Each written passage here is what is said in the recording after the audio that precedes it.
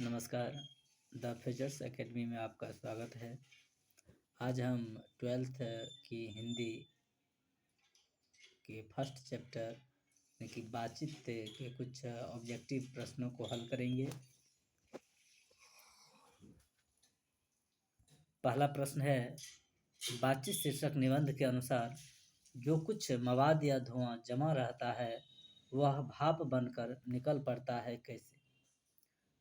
Option first है कि बहस करके, झुगरा करके, बातचीत के जरिए, हंसने से। इसका राइट आंसर होगा बातचीत के जरिए।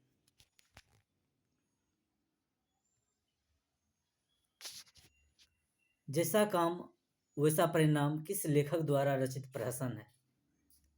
पहला ऑप्शन है रामधारी सिंह दिनकर, दूसरा जयप्रकाश नारायण, तीसरा बालकृष्ण भट्ट और चौथा मोहन राकेश।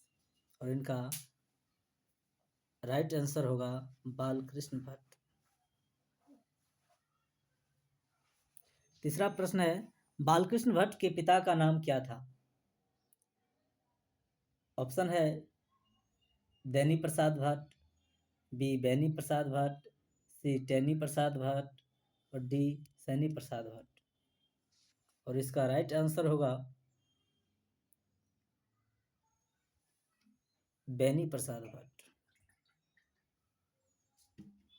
चौथा प्रश्न है, दमयंती स्वयंवर किस लेखक की रचना है? दमयंती स्वयंवर किस लेखक की रचना है?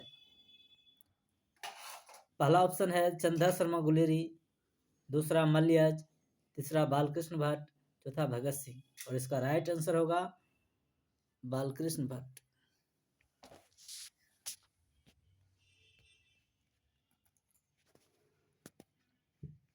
आगे प्रश्न है,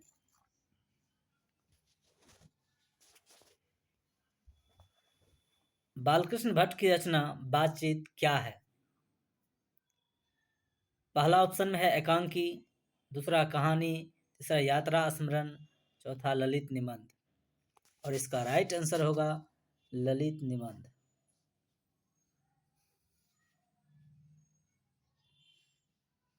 छठा प्रश्न है, बालकृष्ण भट्ट किस युग के निबंधकार थे?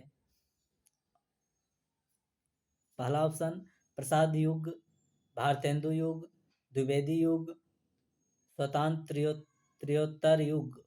और इसका राइट आंसर होगा बी ऑप्शन भारतेंदु युग।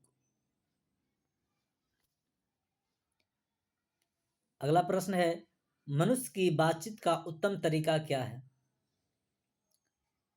द्वितापूर्ण बात करना, तर्कपूर्ण बात करना, भीड़ से बात करना, अवाक होकर अपने से बातचीत करना। तो इसका राइट ऑप्शन होगा अवाक होकर अपने से बातचीत करना। संवाद में सबसे महत्वपूर्ण क्या है?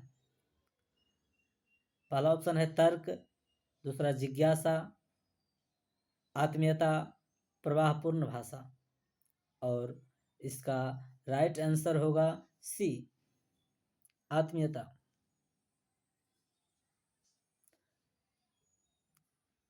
अगला प्रश्न है, बालकृष्ण भट्ट का जन्म कब हुआ था? पहला ऑप्शन है 23 जून 1884 ईस्वी को, बी में 23 जून 1844 ईस्वी को, सी 20 जुलाई 1902 को, 18 सितंबर 1834 को। तो इसका राइट आंसर हो जाएगा बी 23 जून 1844 ईस्वी। अगला प्रश्न है, संयोगिता स्वयंवर रचना है? फर्स्ट ऑप्शन बालकृष्ण भट्ट की, प्रताप नारायण मिश्र की, श्रीनिवास दास की, मैथिली शरण गुप्त की। इसका राइट आंसर क्या होगा? बालकृष्ण भट्ट की।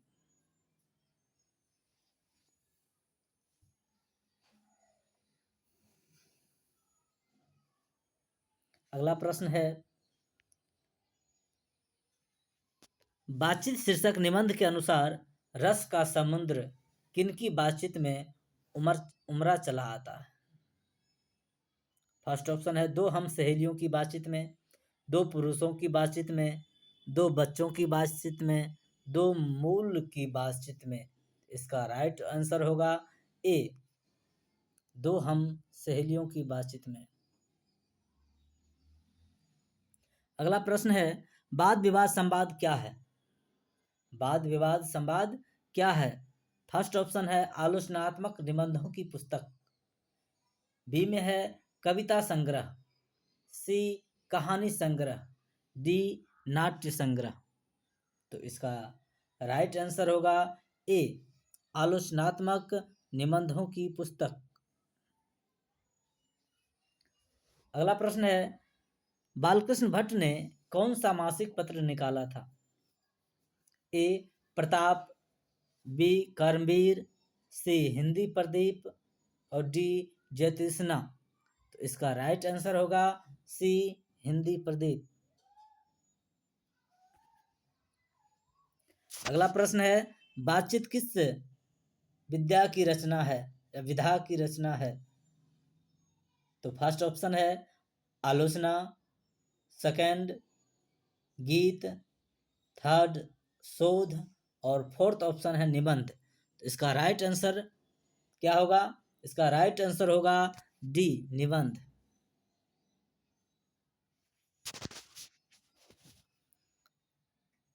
चलिए अगला प्रश्न देखते हैं।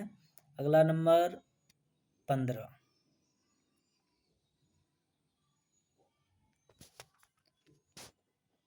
अगला प्रश्न है, रॉबिन्सन क्रूसो ने 16 वर्ष के उपरांत किसके मुख से एक बात सुनी थी? फर्स्ट ऑप्शन है फ्राइडे के, सेकंड संडे के, थर्ड एडिसन के, फोर्थ स्टील के। इसका राइट ऑप्शन होगा ए, फ्राइडे के मुख से सुना था।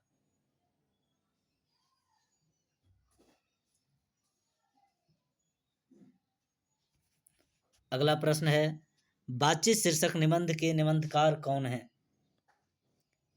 First option Jayaprakash Narayan, second Mohan Rakesh, third Namvar Singh और फोर्थ ऑप्शन है बालकृष्ण भट्ट। तो आप बताइए इसका राइट आंसर क्या होगा?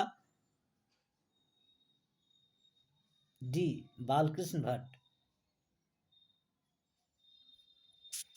अगला प्रश्न है, बातचीत के माध्यम से बालकृष्ण भट्ट क्या बतलाना चाहते हैं? बातचीत के माध्यम से बालकृष्ण भट्ट क्या बतलाना चाहते हैं? तो फर्स्ट ऑप्शन है बातचीत की शैली, सेकंड है भाषण की शैली, थर्ड संवाद की शैली और फोर्थ ऑप्शन है इनमें से कोई नहीं। तो बताइए इसका राइट आंसर क्या होगा? ए, बातचीत की शैली।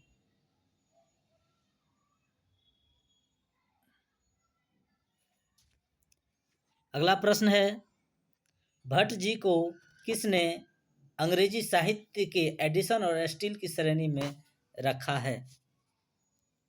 तो फर्स्ट ऑप्शन है Hazari Prasad Dwivedi, second doctor Nagendra, third Ramchandra Shukla और फोर्थ ऑप्शन है रामविलास शर्मा।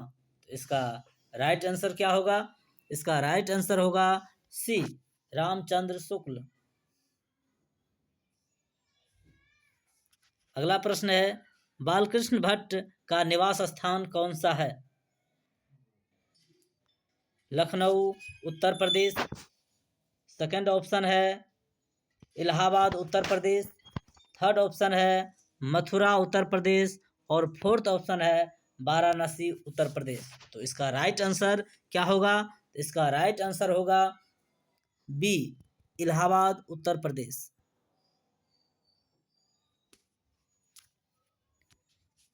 चलिए अगला प्रश्न, बालकृष्ण भट्ट ने किस पत्रिका का संपादन किया? फर्स्ट ऑप्शन है आर्यावर्त, सेकंड हुंकार, थर्ड हिंदी प्रदीप और फोर्थ ऑप्शन है पंजाब केसरी। तो इसका right answer C, Hindi Pradeep. अगला प्रश्न है, बालकृष्ण भट्ट ने हिंदी प्रदीप नामक मासिक पत्रिका निकालना कब प्रारंभ किया? तो फर्स्ट ऑप्शन है 1877, सेकंड 1888, थर्ड 1890 और फोर्थ ऑप्शन है 1894। तो इसका राइट आंसर ए, 1877। चलिए अगला प्रश्न है, बालकृष्ण भट्ट के पिता पेशे से क्या थे? ऑप्शन फर्स्ट है चिकित्सक, सेकंड व्यापारी, थर्ड शिक्षक और फोर्थ ऑप्शन है समाज सेवी। तो इसका राइट आंसर बी व्यापारी होगा।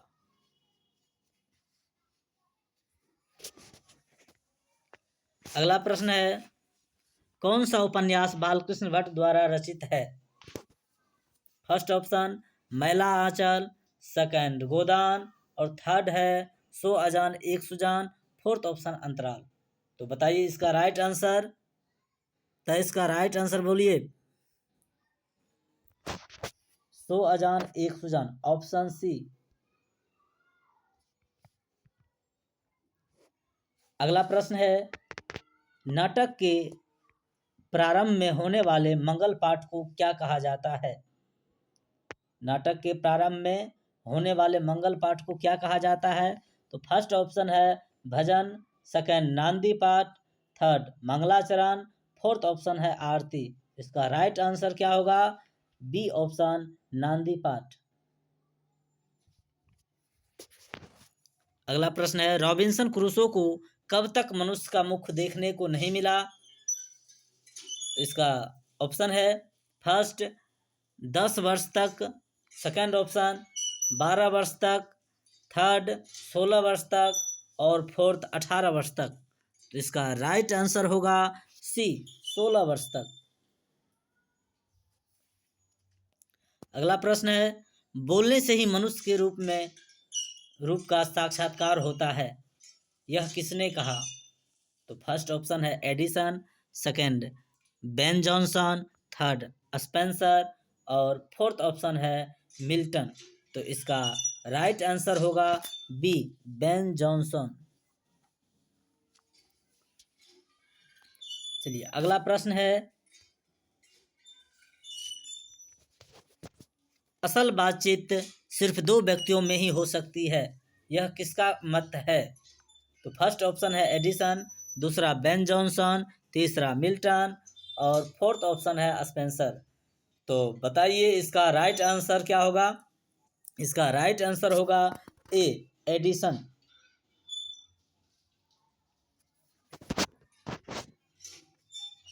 अगला प्रश्न, एडिसन के अनुसार असल बातचीत कितने लोगों के बीच हो सकती है?